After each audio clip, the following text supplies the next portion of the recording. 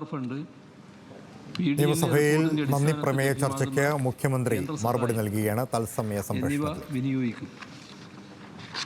പുനരധിവാസവുമായി ബന്ധപ്പെട്ട് വീടുകൾ വാഗ്ദാനം ചെയ്ത സ്പോൺസർമാരുടെ യോഗം ഇതിനകം വിളിച്ചു ചേർത്തിട്ടുണ്ട്.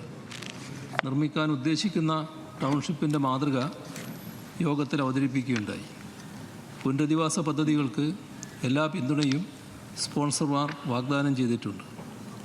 പുനരധിവാസത്തിനായി വ്യക്തികളിൽ നിന്നും സംഘടനകളിൽ നിന്നും സ്പോൺസർഷിപ്പ് സ്വീകരിക്കുന്നതിൻ്റെ ഭാഗമായി ഒരു സ്പോൺസർഷിപ്പ് ഫ്രെയിം വർക്കിന് അംഗീകാരം നൽകിയിട്ടുണ്ട്. സ്പോൺസർഷിപ്പ് പ്രകാരം ലഭിക്കുന്ന തുകയ്ക്കായി ഒരു ഡെഡിക്കേറ്റഡ് ബാങ്ക് അക്കൗണ്ട് തുറക്കുന്നതിനും അനുമതി നൽകിയിട്ടുണ്ട്. ദുരന്തത്തെ അതിതീവ്ര ദുരന്തമായി കേന്ദ്ര സർക്കാർ പ്രഖ്യാപിച്ചിട്ടുണ്ട്. ഇതിൻ്റെ അടിസ്ഥാനത്തിൽ കൂടുതൽ ധനസഹായം എംപിമാരുടെ വികസന ഫണ്ടിൽ നിന്നുൾപ്പെടെ ലഭ്യമാകുമെന്നാണ് പ്രതീക്ഷിക്കുന്നത്.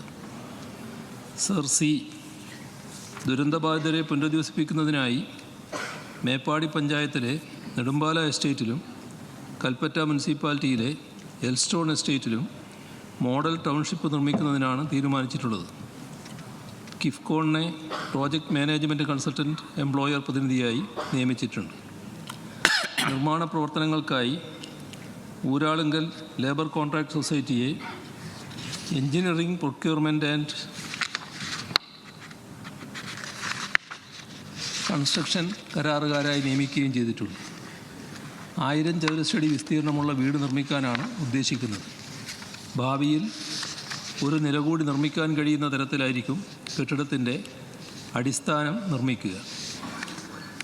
ടൗൺഷിപ്പിൽ അംഗൻവാടി, പോസ്റ്റ് ഓഫീസ്, ആശുപത്രി, മാലിന്യ സംസ്കരണ സംവിധാനം, കമ്മ്യൂണിറ്റി ഹബ്ബ്, പാർക്ക്, മറ്റ് സാമൂഹിക പശ്ചാത്തലങ്ങൾ എന്നിവയടങ്ങുന്ന സമഗ്ര പുനരധിവാസ പദ്ധതിയാണ് നടപ്പാക്കുക. നിർമ്മാണ പ്രവർത്തനങ്ങളുടെ മേൽനോട്ടത്തിനായി സ്പെഷ്യൽ ഓഫീസറെ നിയമിച്ചിട്ടുണ്ട്. ദുരന്തത്തിൽ വീടും സ്ഥലവും നഷ്ടപ്പെട്ട കുടുംബങ്ങളെ 1ാം ഘട്ട ലിസ്റ്റിലും വാസയോഗ്യമല്ലാതായി തീർന്ന സ്ഥലങ്ങളിൽ ഉൾപ്പെടുന്ന കുടുംബങ്ങളെ 2ാം ഘട്ട ലിസ്റ്റിലും ഉൾപ്പെടുത്തി ഒരുമിച്ച് പുനരധിവാസം നടപ്പാക്കും. നിർദ്ദിഷ്ട ടൗൺഷിപ്പിന് പുറത്ത് താമസിക്കാൻ ആഗ്രഹിക്കുന്ന ദുരന്തബാധിത കുടുംബങ്ങൾക്ക് 15 ലക്ഷം രൂപ അനുവദിക്കാൻ അനുമതി നൽകിയിട്ടുണ്ട്. ടൗൺഷിപ്പ് പദ്ധതി നടത്തിപ്പിനായി മുഖ്യമന്ത്രിയുടെ നേതൃത്വത്തിൽ വയനാട് പുനർനിർമ്മാണ സമിതി, മുഖ്യമന്ത്രിയും പ്രതിപക്ഷ നേതാവും പ്രമുഖ സ്പോൺസർമാരും അടങ്ങുന്ന ഉപദേശക സമിതി, ചീഫ് സെക്രട്ടറി ചെയർപേഴ്സണായ ഏകോപന സമിതിയും രൂപീകരിക്കുന്നതിന് തീരുമാനിച്ചിട്ടുണ്ട്. സർ ഡി കേന്ദ്ര സർക്കാരിൽ നിന്ന് ഇതുവരെ ധനസഹായം ലഭിച്ചിട്ടില്ല. PDNA റിപ്പോർട്ടിൻ്റെ അടിസ്ഥാനത്തിൽ കേന്ദ്ര സഹായം ലഭ്യമാകുമെന്നാണ് പ്രതീക്ഷിക്കുന്നത്. സംസ്ഥാന സർക്കാരിൻ്റെ അഭ്യർത്ഥനയെ തുടർന്ന് ദുരന്തത്തെ കേന്ദ്ര സർക്കാർ അതിതീവ്ര ദുരന്തമായി പ്രഖ്യാപിച്ചിട്ടുണ്ട്.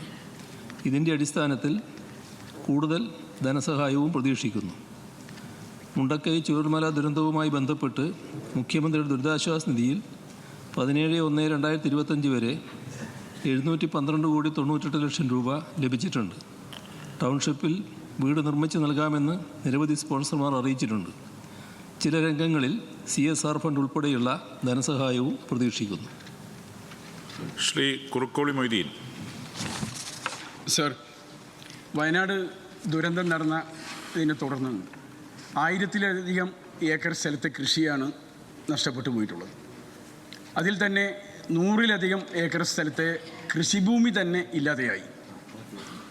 അവശേഷിക്കുന്ന കൃഷിയിടം ജനവാസമില്ലാത്തതുകൊണ്ട് വന്യമൃഗങ്ങൾ നശിപ്പിച്ചു കഴിഞ്ഞു.